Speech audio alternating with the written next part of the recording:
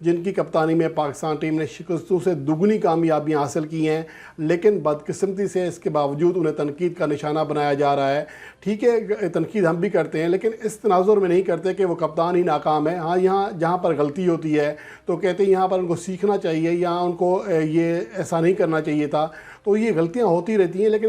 اس کا یہ مقصد بھی نہیں ہوتا کہ آپ تمام جو ان کے ریکارڈز ہیں، تمام جو ان کی کارکردگی ہے یا تمام جو حقائق ہیں اس کو پس پشت ڈال دیں۔ اور یہاں پر آپ کو بتاؤں کہ دنیا میں صرف 10 ہی ایسے کپتان ہیں جنہوں نے کم از کم 30 ون ڈے میچوں میں اپنی ٹیم کو لیڈ کیا ہو اور شکستوں سے دگنی سے زیادہ کامیابیاں حاصل کی ہوں۔ اور اس فہرست میں جو کہ آپ اسکرین پر دیکھ سکتے ہیں، اس میں بابر اعظم بھی شامل ہیں۔ اور اس فہرست میں کون ہیں جو عظیم کپتان رہے ہیں؟ کلیو لائڈ، رکی Ponting, Rohit Sharma, Hansie Cronje ہیں، Faf du Plessis, Virat Kohli, Michael Clarke, Mike Gatting, Babar Azam, Tom Latham. تو یہ وہ کپتان ہیں جنہوں نے شکستوں سے زیادہ دگنی کامیابیاں حاصل کی ہیں، تو ان میں بابر اعظم بھی شامل ہیں۔ تو میرے خیال میں اس کے بعد یہ پروپیگنڈا ختم ہونا چاہیے۔ اور اس کے علاوہ بات کر لیتے ہیں امام الحق کی، جنہیں کہا جا رہا ہے کہ ان کے بارے میں بھی کراچی کے جو صحافی ہیں بہت زیادہ ٹارگٹ کر رہے ہیں، ایون کہ ان کے بارے میں یہ کہا گیا کہ ان کے ہٹا کر اب شان مسعود کو ان کو متبادل کے طور پر لایا جائے، اور انضمام الحق کو چاہیے کہ اپنے بھتیجے کو مکمل آرام دیں، جو کہ تیسرا موقع ہے کہ بائیں ہاتھ کے اوپنر میچ سے پہلے اچانک انفٹ ہوئے۔ تو یہ ان کی جانب سے ٹویٹ سامنے آیا تھا۔ اس کے اوپر بات کر لیتے ہیں کہ پہلی بات تو یہ ہے کہ اب امام الحق کے اوپر تو ان کی کارکردگی کے اوپر تو بات کرنے سے رہے، کیونکہ 18 اکتوبر 2017 کو جب سری لنکا کے خلاف ڈیبیو میچ میں شاندار سنچری کے ساتھ اپنے کیریئر کا آغاز کیا تھا، تو کیریئر کے پہلے 9 ون ڈے میچوں میں وہ 4 سنچریوں کا ریکارڈ قائم کر چکے ہیں۔ اور جب سے ان کا ڈیبیو ہوا ہے تو اب تک دیکھا جائے وہ پاکستان کی جانب سے محض بابر اعظم کے بعد دوسرے زیادہ رنز کرنے والے کھلاڑی ہیں، اور ٹاپ جو 9 پلیئرز ہیں ان میں سیکنڈ بیسٹ ایوریج ہے بابر اعظم کے بعد۔ اور اس عرصے میں پاکستان کی جانب سے بابر اعظم کے بعد سب سے زیادہ مشترکہ طور پر 9 سنچریاں بنائی ہیں۔ تو اس عرصے میں جو کارکردگی ہے اور جس کو متبادل کے طور پر لایا جا رہا ہے، ذرا اس کی کارکردگی دیکھ لیں۔ Shan Masood 9 one day matches کے لیے ہیں، صرف 163 رنز بنائے، ایک بار صرف 50 رنز کا منہ دیکھ سکے، 18 رن کی ایوریج ہے، لیکن ان کو لایا جائے جس کی ایوریج ہے 50 رن فی اننگ سے اوپر۔ اور ان کا اسٹرائک ریٹ کی بات کرتے ہیں جی، ان کا اسٹرائک ریٹ کم ہے، گو کہ اوورآل کم ہے، لیکن 2023 میں 2022 میں بہتر ہوا ہے، لیکن اس کے باوجود 82.18 ان کا اسٹرائک ریٹ ہے، 82 رنز بناتے ہیں فی 100 بال پر۔ اور جس کو لانے کی بات کر رہے ہیں ان کا اسٹرائک ریٹ 70 رن فی 100 بال سے بھی نیچے ہے۔ تو یہ اگر اس طرح کی بات کریں تو پھر یہ میرے خیال میں کسی حد تک بدقسمتی سے منافقت ہی ہے،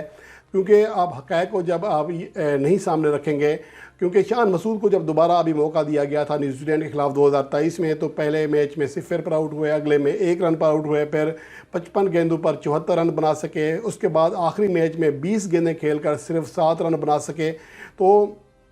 کارکردگی کے اعتبار سے تو اب یہ بات نہیں کر سکتے۔ اور جہاں تک فٹنس کی بات ہے تو میرے خیال میں بہت ہی کم ایسا ہوا ہے کہ امام الحق کو انفٹ دیکھا گیا۔ اگر ایسی بات ہے تو میں ویسے تو یہ بری بات ہو جائے گی، کیونکہ شاہین افریدی کو میں سمجھتا ہوں کہ وہ پاکستان کا مین بولر ہے، لیکن اگر ایسا ہے تو پھر وہ تو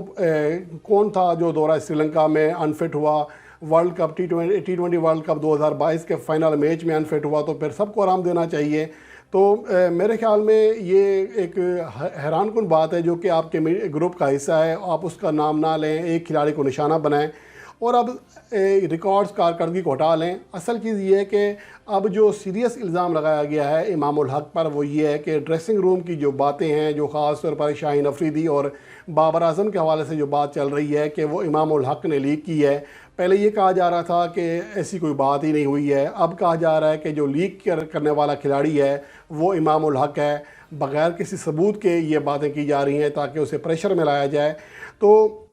اب اس کے حوالے سے بھی کراچی کے لاہور کے جو صحافی ہیں وہ دفاع کر رہے ہیں، ان کا کہنا ہے کہ امام الحق نے ایسی کوئی بات نہیں کی ہے۔ ایون کہ یہ کہا گیا ہے کہ امام الحق کو آفر کی گئی ہے کراچی کے ایک صحافی کی جانب سے کہ اگر وہ بابر اعظم کے خلاف انہیں سپورٹ کریں، ان کا ساتھ دیں تو وہ ان کو کپتان بنوا دیں گے۔ تو یہ چیزیں اب سوشل میڈیا پر یا میڈیا پر ایسی چیزیں آ گئی ہیں جس کی وجہ سے اب بہت ہی ایک نگیٹو جو پروپیگنڈا ہے وہ شروع ہو چکا ہے، اور خاص طور پر اس موقع پر جب پاکستان نے ورلڈ کپ 2023 کھیلنے جانا ہے اور یہ انتہائی مایوس کن صورتحال ہے، اور اس طرح کی چیزیں میڈیا پر آنے سے جو ہے معاملات زیادہ بگڑ رہے ہیں۔ لگتا ہے ایسا ہے کہ یہ آپس میں جو لڑتے ہیں نا گلی محلے میں، وہی چیزیں اب سوشل میڈیا پر اور روایتی میڈیا پر ہو رہی ہیں۔ اب ایک اور اپڈیٹ بھی ہے، شاداب خان کو حوالے سے کراچی کا میڈیا دعویٰ کر رہا ہے کہ انہیں ورلڈ کپ 2023 سے پہلے نیب کپتانی سے ہٹا کر شاہین افریدی کو نیا نیب کپتان بنایا جا رہا ہے، اور اس کے حوالے سے بھی بڑی سوچ پائی جاتی ہے، کیونکہ ایک تو شاہد افریدی جو کہ شاہین افریدی کے سسر ہیں، وہ سما ٹی وی کے اسپورٹس ڈائریکٹر ہیں، اور اس کے ساتھ ساتھ ان کے کراچی میں رہتے ہیں، کراچی کے صحافیوں کے ساتھ گہرے تعلقات ہیں۔ تو ایک پہلو یہ بھی ہو سکتا ہے کہ پریشر دیا جائے پاکستان کرکٹ بورڈ کے اوپر، اور دوسری بات یہ ہے کہ لاہور کے صحافیوں کا دعویٰ ہے کہ ایسی کوئی بات نہیں، شاداب خان ہی ورلڈ کپ 2023 میں پاکستان ٹیم کے نائب کپتان کے طور پر جا رہے ہیں۔ اب اس کے حوالے سے گو کہ میں یہ نہیں کہا جا سکتا کہ شاداب خان کو ہٹانا غلط ہے، کیونکہ ان کی آخری جو سیریزیں ہیں گزری ہیں 4، اس میں ان کی بولنگ کارکردگی بہتر نہیں رہی ہے، لیکن اس کے باوجود جو پروپیگنڈا جس انداز میں کیا جا رہا ہے وہ ایک منفی چیز ہے۔ لیکن اب دیکھنا یہ ہے کہ اس میں کون صحیح رہتا ہے کون غلط، کیونکہ ورلڈ کپ 2023 کا اعلان ہونے میں زیادہ وقت باقی نہیں ہے، اور اس کے حوالے سے کیا اپڈیٹ ہیں وہ میں آپ کے ساتھ اگلی ویڈیو میں شیئر کروں گا کہ در حقیقت ابھی تک یہ معاملات کیوں رکے ہوئے ہیں۔